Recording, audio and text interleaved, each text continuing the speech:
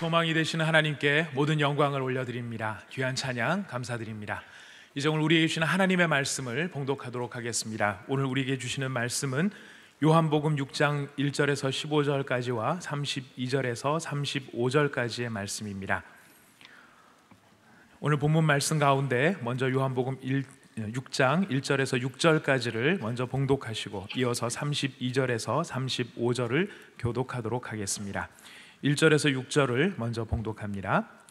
그 후에 예수께서 디베랴의 갈릴리 바다 건너편으로 가시매 큰 무리가 따르니 이는 병자들에게 행하시는 표적을 보았음이러라. 예수께서 산에 오르사 제자들과 함께 거기 앉으시니 마침 유대인의 명절인 유월절이 가까운지라.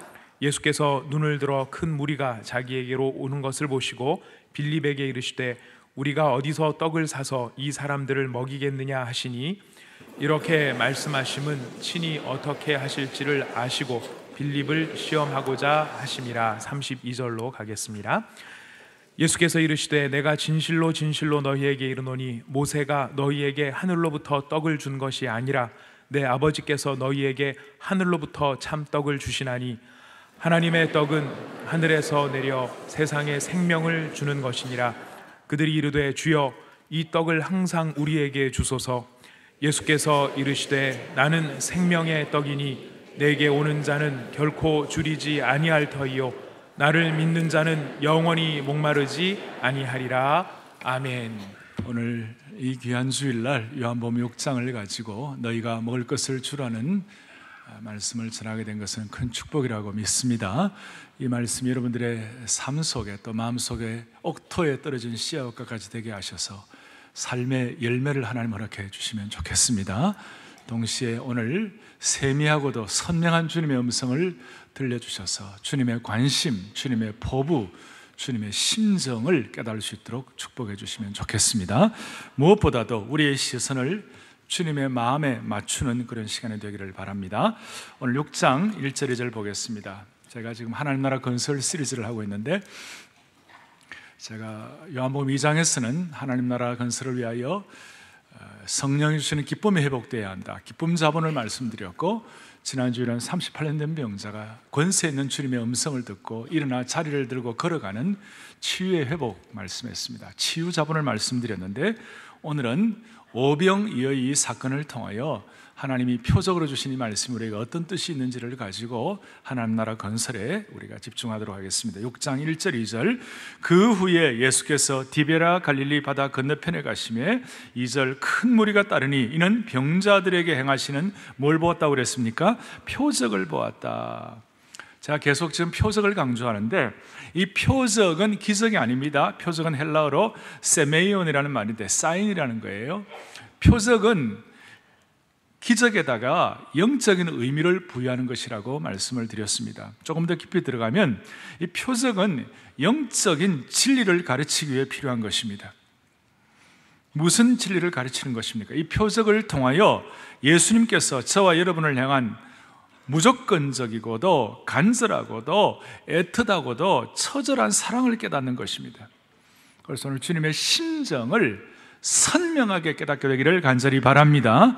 오늘 전체를 설명하면 이 요한복음 6장에 나타나는 이 사건은 마태복음에도 마가복음에도 누가복음에도 모든 공간복음과 요한복음에 다 같이 나오는 기적의 사건이에요. 요한은 주님의 신성에 관해서, 예수님의 하나님 되심에 관해서 특별히 집중해서 성경을 기록하다 보니까 마태, 마가, 누가복음에 나타나는 많은 기적들을 반복해서 하지를 않아요. 특별한 사건 한두 개만 반복하는데 그 중에 하나가 오늘 이 오병이어의 사건이에요. 이 오병이어의 사건을 통하여 주님이 우리에게 깨닫게 하시는 그 귀한 뜻들이 포함되어 있는데, 오병이어의 사건은 이런 뜻이에요. 주님의 말씀은 너무 강력하니까 오늘 많은 사람들이, 마가복음 6장에 보면 똑같은 사건인데 많은 큰 무리가 주님께로 나왔다고 그랬습니다. 주님은 마치 자석과 같으세요. 너무 매력 있는 말씀, 은혜 있는 말씀, 기가 막힌 참 우리를 살리는 말씀이 되니까 말씀 앞에 사람들이 큰 무리가 모이는 거예요. 그리고 거기는 베세다 들판 같은 큰 산지가 돼가지고 들판이 되어서 사람들이 하루 종일 굶고 있는데도 불구하고 뭘 사 먹고 뭘 가서 이렇게 좀 이렇게 음식을 먹어야 되겠다 하는 그런 생각이 들지 않을 정도로 주님의 그 매력 있는 말씀이 하루 종일 사람들을 사로잡았어요. 나중에 지나고 보니까 야, 우리가 이제 배가 고프구나 하는 걸 느낄 정도였어요. 그렇잖아요? 우리가 어떤 말씀이 너무 깊이가 있고 은혜가 있으면 3시간짜리 말씀도 30분처럼 느낄 때가 있잖아요. 그렇잖아요? 정신없이 시간 갈 때가 있어요. 하루 종일 주님이 그렇게 하셨던 것 같아요. 그러니까 사람들이 하루 종일 이제는 배가 고프구나, 이제 음식을 먹어야 되는데 하루 종일 굶고 있었는데 어디서 음식을 먹으면 좋을까 보니까 식당도 없어요. 아무것도 없어요. 주님께서 어떻게 하면 좋을까, 이제 이 제자들을 이렇게 테스트하셨어요. 이 사람들 어떻게 하면 좋겠나 하니까 제자들이 뭐라고 그러냐면, 쭉 이제 마가복음, 마태복음, 누가복음, 요한복음 제가 종합해서 말씀을 드리는 거예요. 주님, 다 집에 가서 알아서 자기들이 먹도록 하면 좋겠습니다 그랬어요. 그러니까 주님께서 아니야, 그렇게 하면 안 돼. 너희가 먹을 것을 줘야 돼. 그러면서 이제 찾아보니까 뭐가 나왔냐면 오병이어가 나왔어요. 오병이어란 말은 떡병자고 또 물고기 어짜니까 떡 5개와 물고기 2마리, 그런 거예요. 그것이 이제 어린아이 하나가 점심 먹으려고 싸운 정도의 조그만한, 원어에 보면 보리떡, 조그만한 어린아이가 갖고 있는 보리떡이고 또 이렇게 고기인데, 어떤 영화에 보면 떡이 이따만하고 그 다음에 그 고기도 막 이렇게 큰데, 사실은 그 보리떡 조그만한 거 어린아이날 점심이니까 고기도 멸치 조그만한 2마리 요 정도였어요.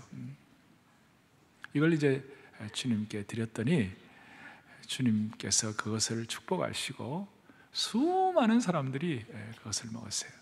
보면 장정만 5,000명이었더라.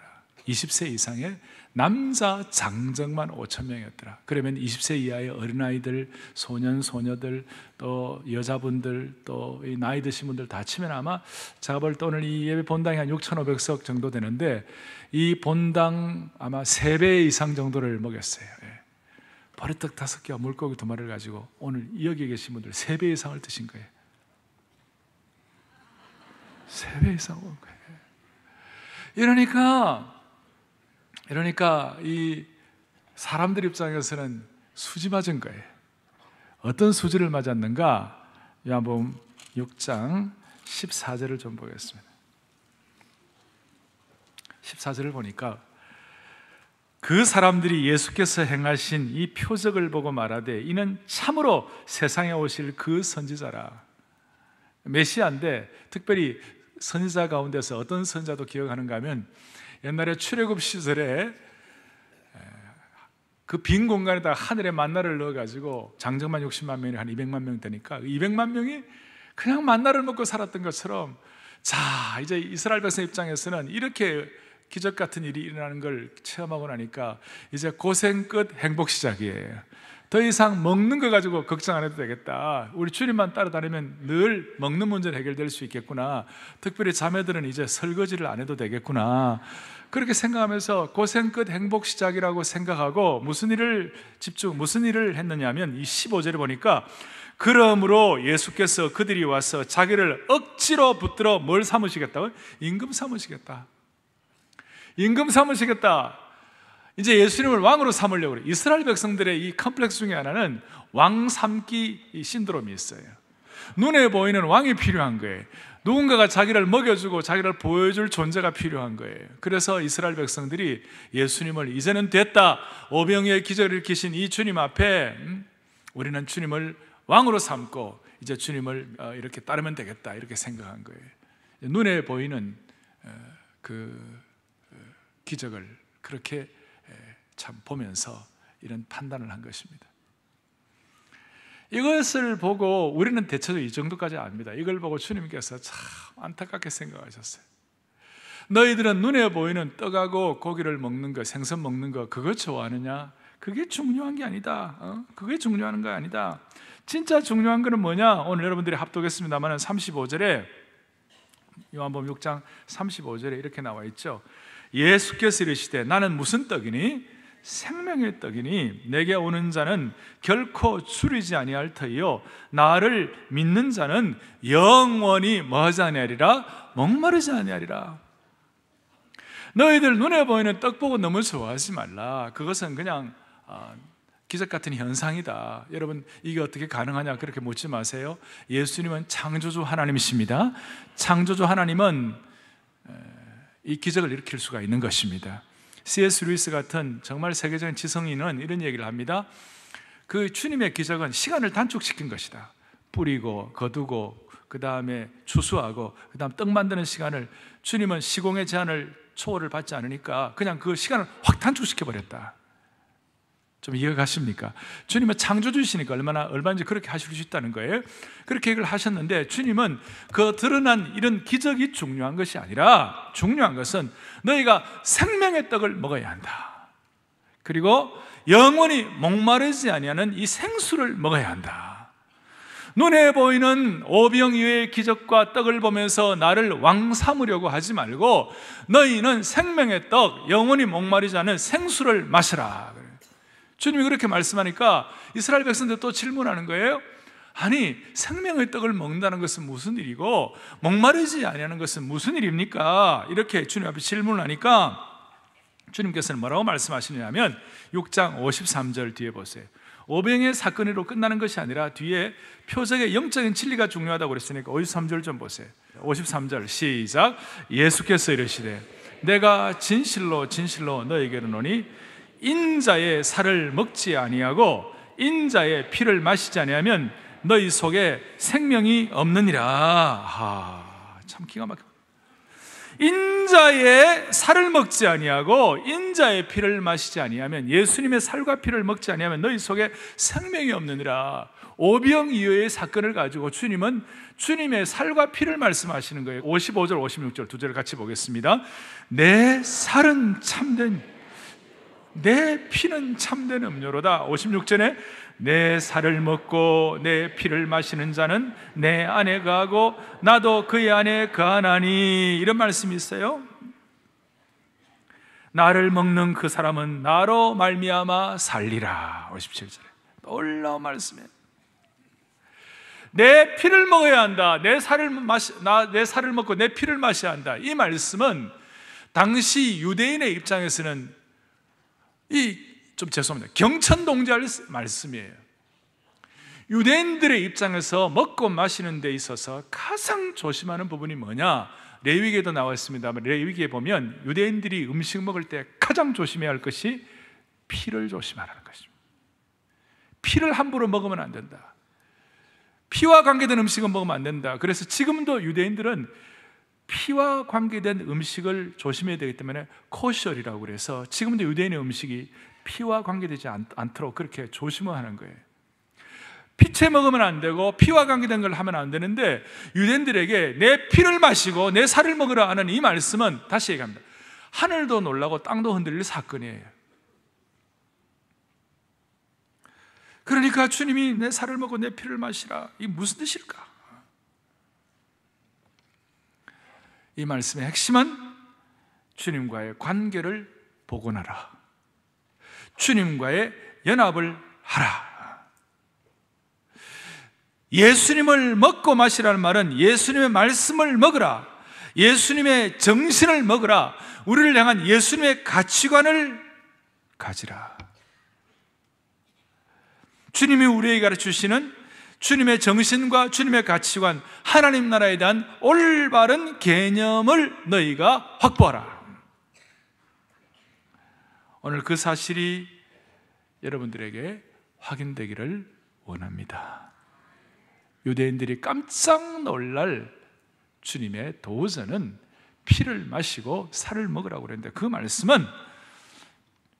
말씀은 주님과의 완전한 연합을 하라, 놀랍고도 복되고도 생명의 연합을 이루라. 그래서 57절 뒤에 나를 먹는 그 사람은 그 사람도 나로 말미암아 살리라. 그러니까 그 사람은 56절 뒤에 보니까 내 살을 먹고 내 피를 마시는 자는 내 안에 거하고 나도 그의 안에 거하느니라. 주님과의 완전한 연합을 이루라, 그 뜻이에요.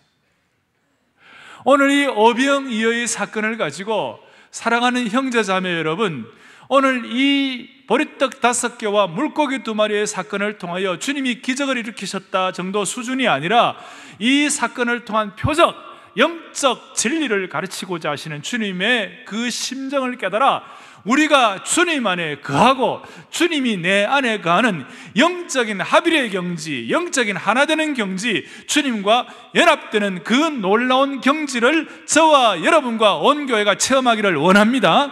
이것은 비상한 신앙의 진리예요.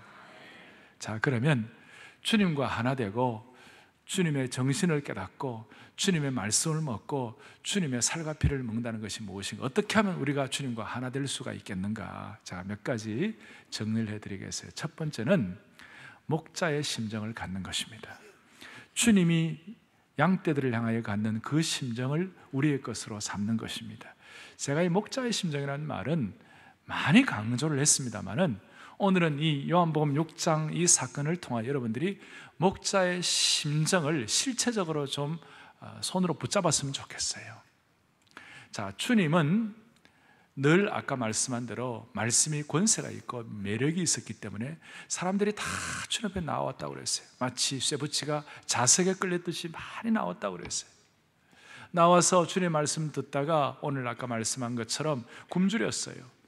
굶주렸는데 이 굶주린 사람들을 어떻게 대우할 것인가? 이 굶주린 사람들을 어떤 식으로 섬겨야 할 것인가? 여기에 이제 목자의 심정이 나타나 있다는 것입니다. 그리고 주님은 이 주님을 따르는 하나님의 백성들을 보면서 마음이 너무너무 안타까워요. 주님의 목자의 심정이 나타난 것은 뭐냐면 이 사람들이 정말 불타는 하나님 나라를 위하여 불타는 심정이 있는가? 죽어도 놓치지 않을 만한 사명의 깃발이 있는가? 아니면 인생이 흔들리지 않는, 어떤 경우에도 인생이 흔들리지 않는 삶의 분명한 목표와 방향이 있는가? 이걸 주님이 생각하니까 너무 가슴이 아픈 거예요. 당시에 지도자들은 그를 가르치지를 못했어요.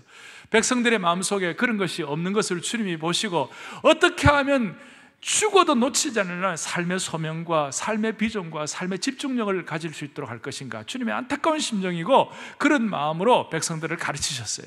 그러다 보니까 시간 가는 줄도 모르고 배고픈 줄도 모르고 말씀 듣다가 나중에 이제 굶주리게 된 것이죠. 거기에서 이 사람들을 목자의 심정을 가지고 어떻게 이 백성들을 먹여야 할 것인가 이렇게 생각하다가 오늘 좀 보세요. 6장 앞부분에 보니까 6절에 빌립을 시험하셨다는 말씀이 나와 있어요. 빌립을 시험하셨다. 그래서 오늘 빌립을 여러분 주목해 보셔야 하는데 주님이 보시기에 또 우리 객관적으로 빌립은 나름대로 사례가 깊은 사람이고 또 나름대로 말과 행동에 대해서 그렇게 어긋나는 사람이 아니었어요. 그러니까 나름대로 말에 무게가 있는 사람이었기 때문에 주님이 물어보셨다고 생각합니다. 주님께서 빌립에게 야 어떻게 하면 좋으냐? 이 굶어 죽어 있는 사람들 어떻게 하면 좋으냐?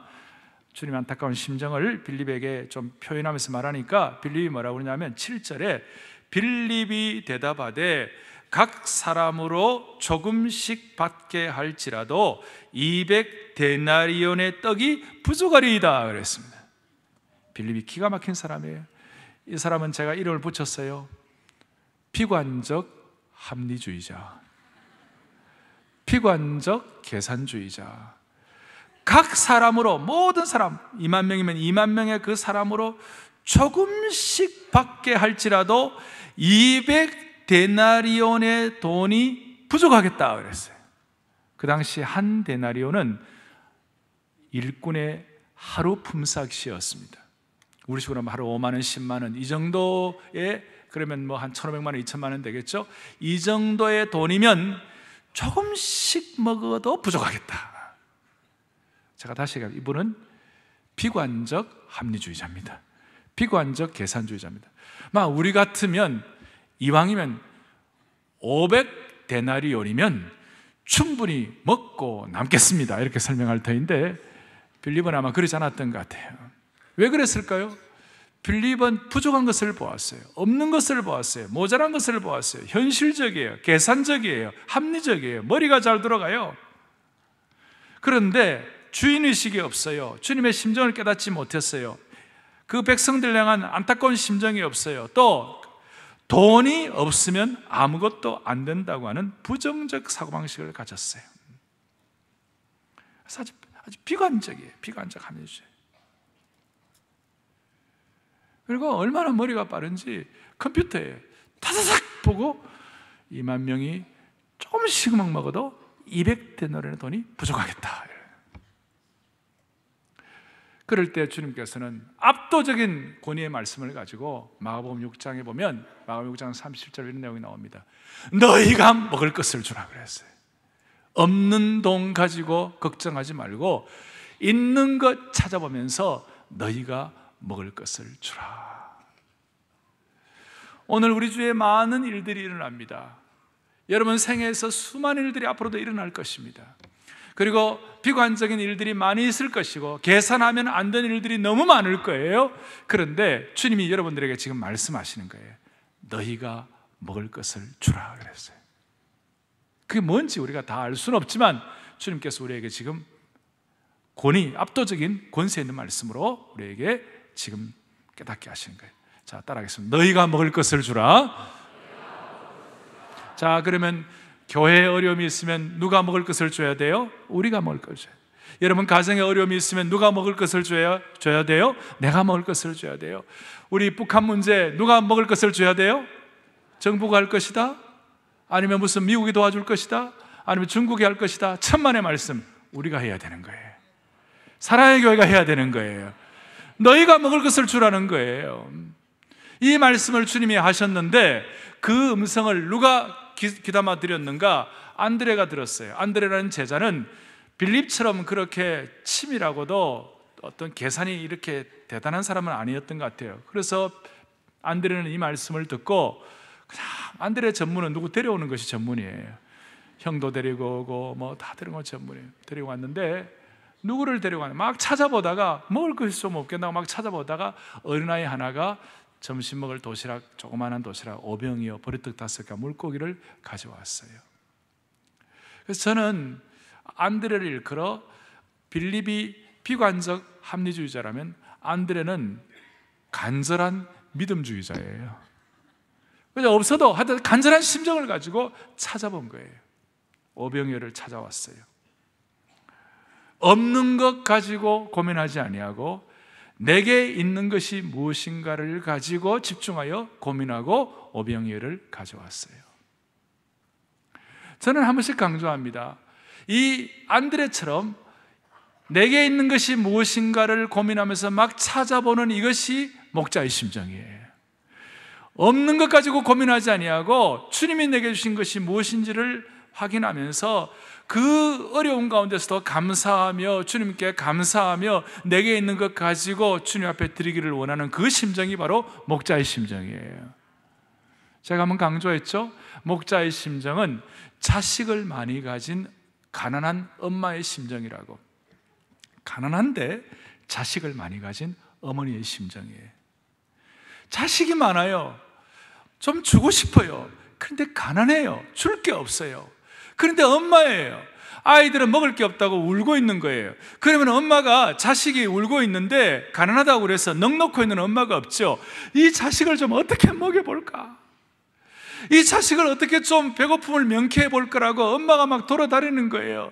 나중에 없으면 자기 머리털이라도 잘라주고 싶고 자기 손톱이라도 빼주고 싶은 거예요. 그것이 엄마의 심정이에요. 없는 것 찾아보지 아니하고 있는 것 뭐 없나 하고 막 찾아보는 거예요. 우리가 오늘 이 자리에 왔어요. 앞뒤 좌우를 살펴보면 다른 사람과 비교해보면 나는 부족한 것이 많을지 몰라요. 여러분들이 다른 사람과 비교할 때 없는 200데나리온의 돈에 대해서 고민이 될지 몰라요. 마치 1달란트 받은 자가 5달란트 받은 사람과 비교해 보니까 내 1달란트는 초라해 보이는지 몰라요. 그래서 파묻어 놓는 거예요. 주님이 그거 기뻐하지 않으셨어요. 그거는 아니다 이거예요. 내게 있는 것이 무엇이냐? 비록 어린아이 갖고 있는 조그마한 오병이어라도 조그마한 점심이라도 보잘것없는 보리떡 5개와 물고기 2마리라도 내게 있는 것이 무엇이냐? 이것이 중요하다는 거예요. 여러분 오늘 이 자리에 남들은 힘들고 어려워도 걸어왔어요. 우리는 걸어올 수 있어요. 어떤 사람은 눈이 안 보이는 사람이 있는데 지금 눈이 잘 보여요. 여러분들이 갖고 있는 많은 것들, 어떤 우리 동포들은 우리 대한민국 주민등록증 받는 것이 목표인데 주민등록증 우리 다 갖고 있어요. 주민등록증 없어요? 우리가 갖고 있는 게 뭐예요? 이걸 가지고 주님이 내게 주신 것을 가지고 그래도 내가 굶주리는 사람을 한번 먹여봐야 되겠다. 내게 있는 오병이어가 무엇인가라고 고민하는 그것이 목자의 심정이라는 겁니다. 제가 이 목자의 심정에 대해서 참 많이 배웠던 분 중에 한 분이 김동명 목사님이고 안희숙 사모님이에요. 안희숙 사모님은 죽으면 죽으리라는 책을 쓰신 한국교회의 훌륭하신 신앙 선배예요. 돌아가셨어요. 제가 그분과 몇 년 사역을 하면서 그분께 들은 얘기예요. 안 사모님은 평양에서 처녀 시절에 6, 7년을 감옥 생활을 하셨어요. 일본의 신사참배를 반대하느라고 주기철 목사님과 함께 감옥에 들어가셨어요. 평양의 겨울이 너무 혹독하고 춥기 때문에 6, 7년을 감옥에서 보내다 보니까 머리가 다 빠졌어요. 이빨이 막 빠지는 거예요. 안 사모님은 그래서 그때 그 처녀 시절에 일본의 그 학습원 비슷한 데서 귀족들이 다니는 학교에서 공부를 한 분인데, 예수님 주님 사랑하고 주님을 섬기는 것 때문에 일본의 신사 참배 반대하다가, 누가 신사 참배하니까 젠틀맨 참배인가 이렇게 생각한 사람이 있는데, 그 신사가 아니고요, 잘못된 그 우상을 섬기는 거예요. 그 신사 참배를 반대하다가 들어가서 그 고생을 하고 처녀로서 감당할 수 없는 그런 아픔이 있었어요. 근데 그 가운데서도 지금 감옥에 있고 뭐 아무것도 할 수 없고 아무것도 안 되는데, 이 오병이의 사건에 대한 은혜를 깨닫고 난 다음에 안 사모님은 내게 좀 뭐 있는 거 없나? 내가 할 수 있는 것이 없나? 그래서 감방에 있는 동료들이 있는데, 그 감방에 있는 동료들에 대해서 마음이 불쌍한 거예요. 나는 그래도 예수님을 알고 주님을 찬양하고, 안 사모님이 굉장히 찬송을 잘하셨어요. 내일일은 난 몰라요, 하루하루 살아요, 영광의 왕께 다경, 이런 찬송하면서 꾀꼬리 같은 찬양을 하셨어요. 그 주님을 찬송하고, 나는 주님을 찬양하고 예배할 수 있는데, 이 감옥에 있는 사람들은 아무것도 모르고 슬퍼하고 그 다음에 세상을 원망하고 막 그렇게 하는 저 안타까운 걸 보면서, 그리고 날마다 배가 고파가지고 허걱거리니까 어느 날 안 사모님 기도하시다가 본인이 먹는 감옥에서 콩밥이란 게 그 얼마나 되겠어요? 조금밖에 안 되는데 그걸 이틀씩 3일씩 금식을 하고 먹지 않고 금식을 하면서 콩밥을 감옥에 있는 죄수들에게, 굶주리는 죄수들에게 나눠주는 거예요. 그야말로 내게 있는 오병이어를 준 것이죠. 그걸 일본 간수가 보면서 처음에는 안 사모님 보고 57번 이런 식으로 사람도 아니게 그냥 이름 대신에 번호를 부르던 사람이, 그걸 보고 나중에 감동을 받아가지고 간수가 예수님을 믿고, 간수가 안 사모님 보고 처녀를 보고 센세이 선생님 그렇게 하고, 자기 집에 있는 음식을 가져와가지고 안 사모님에게 대접하고, 오병이어의 기적의 사건이 일어나기 시작한 거예요. 제가 옛 어른의 신앙 선배의 말씀을 나누었습니다마는, 여러분들, 내가 주님 안에 거하고 주님이 내 안에 거하고 주님의 살과 피를 먹고 마시는 것은 주님의 심정을 깨닫고 그 주님의 심정을 이 시대를 향하여 펼치는 것이라고 믿으시기를 바랍니다. 그래서 목자의 심정을 갖는 것이고, 그 목자의 심정을 가지고 주님 앞에 올려드릴 때에 무슨 일이 벌어지는가? 11절을 보세요. 6장 11절에 이와 같이 나옵니다. 예수께서 떡을 가져 축사하신 후에 앉아있는 자들에게 나눠주시고 물고기도 그렇게 그들의 원대로 주시니라, 이렇게 나와 있습니다. 놀라운 것은 11절에 있는 말씀인데, 주님께서 오병이어를 주님 앞에 올려드릴 때에 안드레의 입장에서는 9절에 보니까 이게 얼마나 되겠느냐고, 이 수많은 사람들에게 이 조그만한 어린아이의 점심이 이게 뭐가 되겠느냐고, 이 부족한 것이 얼마나 되겠느냐고, 그런 식으로 이제 참 드리면서도 부끄럽게 생각하고 죄송하게 생각하는 그런 입장이었는데, 주님은 그걸 무시하지 않으시고 알아주시고 축사하시는 거예요. 아멘. 너무너무 감사한 거예요. 축사하시는 거예요. 무시하지 않으시는, 나의 오병이어를 드릴 때 무시하지 않으시는 주님. 주님은 조직적이었어요. 사람들 하나하나 이렇게 잘 조직을 해가지고 앉아있는 자들, 이 앉아있는 자들을 마가복음에 보면 50명씩 100명씩 앉게 해가지고 주님께서 이렇게 떡을 나눠주셨어요. 떡을 나눠주시는 이 모든 과정들을, 동사의 시제를 보니까 미완료 시제예요. 주시는데 완전히 완료가 안 된 거예요. 무슨 말이냐면, 여러분과 제가 이 말씀을 듣고 오병이어를 주님 앞에 드리고 축사를 받아 주님의 뜻을 우리 가운데 실천하게 되면 오늘도 우리의 삶에 오병이어의 사건이 반복될 수 있다, 그 말이에요. 다시 무슨 시제라고요? 헬라의 독특한 시제인데 미완료 시제예요. 아직까지 완료되지 않는 거예요. 이 말씀이 저와 여러분들의 삶에 깊이 있게 다가와서 확인되어서 이것을 실천하게 되면 오병이어의 이 기적 같은 사건, 이 표적 같은 사건이 우리들의 삶에 반복될 수 있다는 사실을 믿으십시다. 이것이 우리에게 주시는 주님의 음성이에요. 주님께서 우리에게 주시는 미완료 시제를 통한 오늘도 반복해서 일어날 수 있는 사건에 대해서 말씀하시는 거예요. 내가 무엇을 드리면 그 무엇을, 내 연약하고 부족한 것을 드리면 약한 것을 무시하지 않으시고 알아주시고 축사하시는 주님이심을 믿고 감사를 올려드립니다. 저와 여러분이 갖고 있는 오병이어가 무엇입니까? 내가 갖고 있는 부족한 것이 무엇입니까? 내게 없는 200데나리온의 돈을 걱정하지 아니하고 내게 있는 적은 것 오병이어를 주님 앞에 바칠 때 주님이 역사하시는데, 하나님께서는 이 일을 통하여 내게 심히 부족한 오병이어 같은 보잘것없는 인생도 주님 무시하지 않으시고 축복하시고 환영하시고 수많은 사람들을 배불리 먹게 하시는 주님의 은혜를 찬송드리기를 원합니다. 그 다음에 이제 더 감사한 것은 12절이에요. 12절. 그들이 배부른 후에 예수께서 제자들에게 이르시되 남은 조각을 거두고 버리는 것이 없게 하라 하심으로. 오늘 목자의 심정과 나의 오병이어를 축사하시는 주님이신데, 그 다음 주님은 우리에게 뭐라고 말씀하시는가? 남은 조각을 버리는 것이 없게 하라. 무슨 말이에요? 부스러기조차도 소중하게 여기시는 주님이시다. 그걸 깨닫는 순간 우리는 주님 안에 거하고 주님이 내 안에 계신다는 것을 확인할 수가 있다는 겁니다. 부스러기조차도 아끼신다는 것은, 어떤 분은 이걸 가지고 환경 설교를 하신 분도 있어요. 근데 이제 그것도 의미가 있고, 그런데 우리는 좀 더 깊이 들어가면 정말로 부스러기 같은 인생조차도 무시하지 않으시고 알아주시는 주님이심을 믿고 감사를 올려드립니다.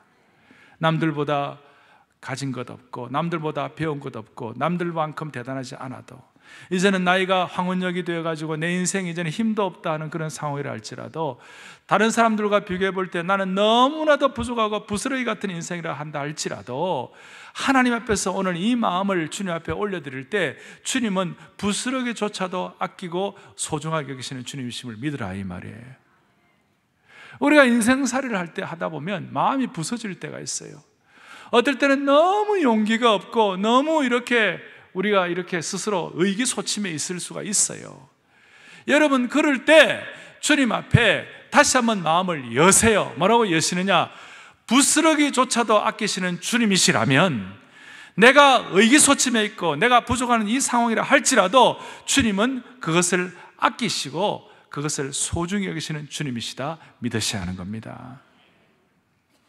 고린도전서 12장 22절 23절을 다 같이 보겠습니다. 주님은 약한 자, 천한 자, 부스러기조차도 아끼시고 귀히 쓰시는 주님이심을 보면서 같이 우리 합독하겠습니다. 그뿐 아니라 더 약하게 보이는 몸의 지체가 도리어 요긴하고 우리가 몸에 덜 귀히 여기는 그것들을 더욱 귀한 것들로 입혀주며 우리의 아름답지 못한 지체는 더욱 아름다운 것을 얻느니라. 아멘. 사랑하는 자, 뭘 말하고 있습니까? 세상 사람들 보기에 약하고 덜 귀하고 아름답게 보이지 못한다 할지라도 오히려 하나님 앞에서는 더 소중하고 더 귀하고 더 아름답게 쓰임받을 수 있다는 사실입니다. 겨자씨 같은 인생, 아무것도 아닌 인생을 주님이 쓰신다는 거예요. 겨자씨는 눈에도 제대로 안 보이는 거예요. 그런데 그 겨자씨가 주님 앞에 드려질 때 주님은 그것을 소중히 여기시고 큰 나무가 되어서 새들이 와서 깃들일 수 있는 축복의 근원이 되도록 만들어 주시는 것입니다. 오늘 이 내용들은 앞으로 우리 교회가 5년, 10년 계속 집중해서 같이 나눠야 할 내용이라고 생각합니다. 예수님은 떡을 나눠 주실 때 제자들을 사용하셨습니다. 제자들을 사용하시고 50명, 100명씩 앉게 해가지고 제자들에게 특별히 무슨 요리를 내가지고 특별한 요리를 백성들에게, 사람들에게 나눠주라고 한 것이 아니라 주님의 손에 들려있는, 주님이 나눠주시는 그 떡과 고기를 그냥 나눠주면 되는 거예요. 여러분들이 지금 요한복음 2장이나 5장이나 오늘 6장이나 다음 주 7장 할 때 이런 내용들 가운데 핵심을 여러분들 나름대로 소화를 시켜서 그냥, 아니면 오늘 이 말씀 그대로 이웃들과 가족들에게 나눠주시면 하나님이 일하시는 것입니다. 중국에 처음 복음이 들어갈 때 중국의 복음화를 위하여 허드슨 테일러라는 귀한 분이 주님의 심정을 깨닫고 저 중국을 주님의 복음의 역사로 변화시키는데 내가 쓰임받았으면 좋겠다 하는 그 심정으로 차이나 일랜드 미션이라고 해서 CIM이라는 중국 내지 선교회를 창설을 하고 중국을 향하여 중국식 복장을 하고 중국 옷을 입고 중국 음식을 먹고 그렇게 중국을 향하여 마음을 가졌어요. 그 말을 듣고 누가 하나 감동을 받은 사람이 있어요. 그 사람이 조지 스토트라는 사람인데 스코틀랜드, 영국은 영국이지만 스코틀랜드 사람이었어요. 근데 이 사람은 태어날 때부터 이렇게 소아마비가 되어가지고 한쪽 발을 쓰지 못하는 한쪽 발만 가지고 이렇게 가는 사람이었어요.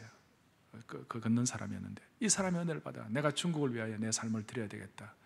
내가 몸이 다 성하지 못하지만 그래도 써야 되겠다. 이렇게 해서 이제 편지를 하는데 계속 선교 본부로부터 거절 편지가 오는 거예요. 중국 땅은 영국 땅과 다릅니다. 영국처럼 이렇게 길이 제대로 있는 것도 아니고 중국의 강과 산과 중국의 이 길은 어려워가지고 당신처럼 한 발을 쓰지 못하는 외다리로 움직이면 거의 불가능합니다. 선교사로 적절하지 않습니다. 그래서 2번인가 이렇게 거절을 받았어요. 3번째도 또 거절을 하는데 안 되겠다 싶어가지고 어쩌지 해가지고 허슨테를 만나게 됐어요. 총재를 만나게, 선교의 장설자를 만나게 됐어요. 나 써달라고. 그러니까 허슨텔러도 그 몸으로 괜찮겠느냐고 그렇게 하니까 이 조지 스토트가 눈을 똑바로 뜨고 허슨텔러를 쳐다보면서 흥분된 목소리로 이렇게 얘기하는 거예요. 건강한 2다리를 가진 기독교인들이 선교지로 가지 않으니까 저라도 가야 되겠습니다. 진짜 이 조지 스토트는 거룩한 그야말로 간절한 믿음주의자로서 그러니까 저의 오병이어를 드려야 돼 이런 식으로 2다리 가진 사람이 안 하니까 1다리 가진 내가 가야 되겠다고 이렇게 하니까 이 허슨텔러가 그 감동을 받아가지고 이 사람을 중국의 온주라는 곳에 보냈습니다. 온주가 절강성 온주입니다. 거기 가서 이 조지 스토트가 섬긴 일 때문에 제가 절강성 온주에도 가봤습니다만 그 온주에 가보면요 기운이 달라요. 이 신앙적인 기독교적인 그 분위기가 쫙 형성이 되어 있어요. 그래서 지금 그 온주는 중국의 예루살렘이 됐어요. 제일 많은 성도들이 거기서 하나님을 섬기고 온주에 있는 좋은 교회들이 너무 많아요. 그 외다리 선교사, 유명한 선교사 조지 스토트 외다리 선교사의 이 오병이어를 주님 앞에 드릴 때 주님은 받으시고 그 온주를 중국의 예루살렘으로 만드신 줄로 믿습니다. 여러분, 나는 부스러기 같다. 나는 드릴 것이 없다. 나는 너무 부족하다. 또 실질적으로 여러분들 또 그렇지 않다 할지라도 세상적으로 괜찮다 할지라도 사람이 어떻게 다 잘 될 수 있으면 어떨 때는 마음이 무너질 때도 있고 힘들 때가 있죠. 그럴 때라도 내 오병이어를 주님 앞에 드리면 주님은 축사하시고 부스러기조차도 아끼시는 주님이시다 믿으셔야 합니다. 오늘 아침에도 제가 나오면서 주님 앞에 기도했어요. 주님, 이 말씀이 오병이어가 되게 하여 주시옵소서. 이 말씀이 주님을 전적으로 저 자신은 약한 인생이지만 제가 이 말씀을 오병이어로 주님 앞에 올려드리오니 주님이 일해 주시옵소서. 그런 간절한 마음으로 오늘 강단에 올라온 것이에요. 여러분들 지금 북한을 향해서도 마찬가지예요. 사랑의 교회가 주님 나라를 위하여 북한을 향하여 복음적 평화 통일을 위하여 오병이어를 드리게 하여 주시옵소서. 주님 그걸 요구하시는 거예요. 우리는 지난 10여 년 동안 우리 아이들과 함께 뭘 했는가? 그 양저금통을 매달 마지막 주일날 아이들이 100원짜리 많이 넣으면 500원짜리 동전을 넣어가지고 그것을 가지고 왔어요. 어떤 달은 몇백만 원, 어떤 달은 몇천만 원, 어떨 때는 또 많이. 한때 기록이 뭐냐면 그 갖고 온 동전이 너무 많아가지고 우리 교회하고 거래하는 은행에서 우리 교회 그 은행에서 7명의 직원들 또 우리 교회 직원 8명이 풀타임으로 일주일 내내 계산했어요. 그 동전 일주일 내내 8명이 계산하니까 얼마가 나오느냐? 1억 7천만 원이 나와요. 그 1억 7천만 원을 들여가지고 지난 10여 년 동안 매달마다 어떨 때는 몇백 원, 어떨 때는 보통 2천만 원 이상씩 해서 우리가 10여 년 동안 북한에 있는 우리가 말을 다 할 수 없지만 어떨 때는 10,000명, 20,000명씩 어떨 때는 수천 명씩 고아들을 저희들이 먹여 살릴 수 있도록 그렇게 만들어 주신 거예요. 요즘 이 정신이 좀 사라졌어요. 통일은 구호로 되는 것이 아니에요. 실천을 해야 되는 거예요. 그래서 다음 주부터 사랑의 교회는 다시 회복해야 하는데, 양저금통이 아니라 오병이어 양저금통 어떻습니까? 오병이어 양저금통. 그래서 구호로 그치는 것이 아니라 북한을 위하여 사랑의 교회가 오병이어를 들을 때 하나님의 기적이 나타날 줄로 믿습니다. 여러분 보세요. 우리 교회 지난 35년 동안 강남에 9명 시작하면서 짜장면집 2층에서 교회를 시작하고, 그 질퍽이는 장화를 신고 가야 하는 곳에서 교회를 시작하여 오늘 이런 교회가 되었습니다. 이것은 하나님이 오병이어를 드릴 때 주님이 주신 기적과 같은 선물이요 축복입니다. 너무나 놀라운 것입니다. 여러분, 헌금은 돈 있다고 하는 것이 아니에요. 헌금은 이 하나님의 심정을 깨달아 가지고 내가 어떻게 하면 주님께 감사, 나는 동물이 아니야. 동물은 감사도 없지만 나는 주님께 감사하는 마음으로. 누가 헌금을 누가 어떻게 하느냐 아무도 몰라요. 사람은 몰라요. 하나님은 아시는 거예요. 내 오병이어를 드릴 때 주님은 일하시는 거예요. 저와 여러분들이 이 마음을 가지고 주님 앞에 나를 드릴 때 주님은 반드시 일하실 것이라고 믿습니다. 저와 여러분이 드려야 할 오병이어가 무엇입니까? 북한을 위하여 드려야 할 오병이어가 무엇입니까? 사랑의 교회가 주님 앞에 더 새롭게 전진하기 위하여 나는 없다고 그러지 말고 내가 갖고 있는, 어떤 때는 마음이 무너진 것이라도 주님 앞에 올려드릴 때 주님은 일하실 것이라고 믿습니다. 가슴에 손을 얹겠습니다. 하나님, 없는 200데나리온의 돈을 한탄하지 말고 내게 있는 오병이어 드려서 주님의 마음을 시원하게 드리고, 주님이 내 안에 거하고 내가 주님 안에 거하는 영적인 유니온, 하나 되는 연합의 경지를 경험하게 하여 주시옵소서. 수많은 사람들이 지금 떡이 없다, 뭐가 없다 얘기하지만 우리는 주님의 살과 피를 기념하는 하나님의 신실한 평생의 주님의 일꾼 삼아 주시옵소서. 예수 그리스도 이름 받들어 간절히 기도 올리옵나이다. 아멘.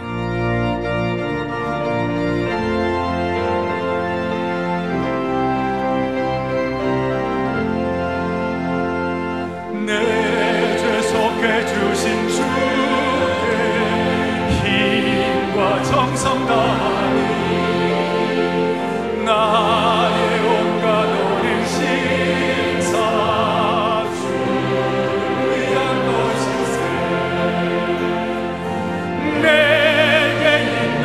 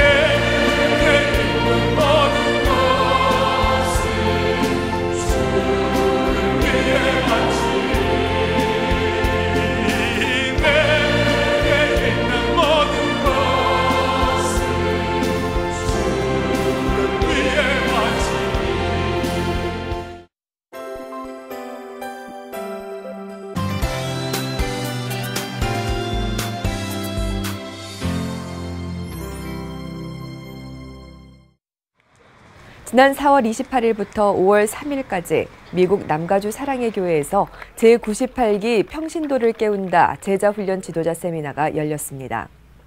이민교회 담임 목회자와 부교역자 160여 명이 함께한 이번 세미나는 이민교회 목회자들에게 제자훈련이 목회의 본질이라는 과제를 도전받는 시간이 됐습니다.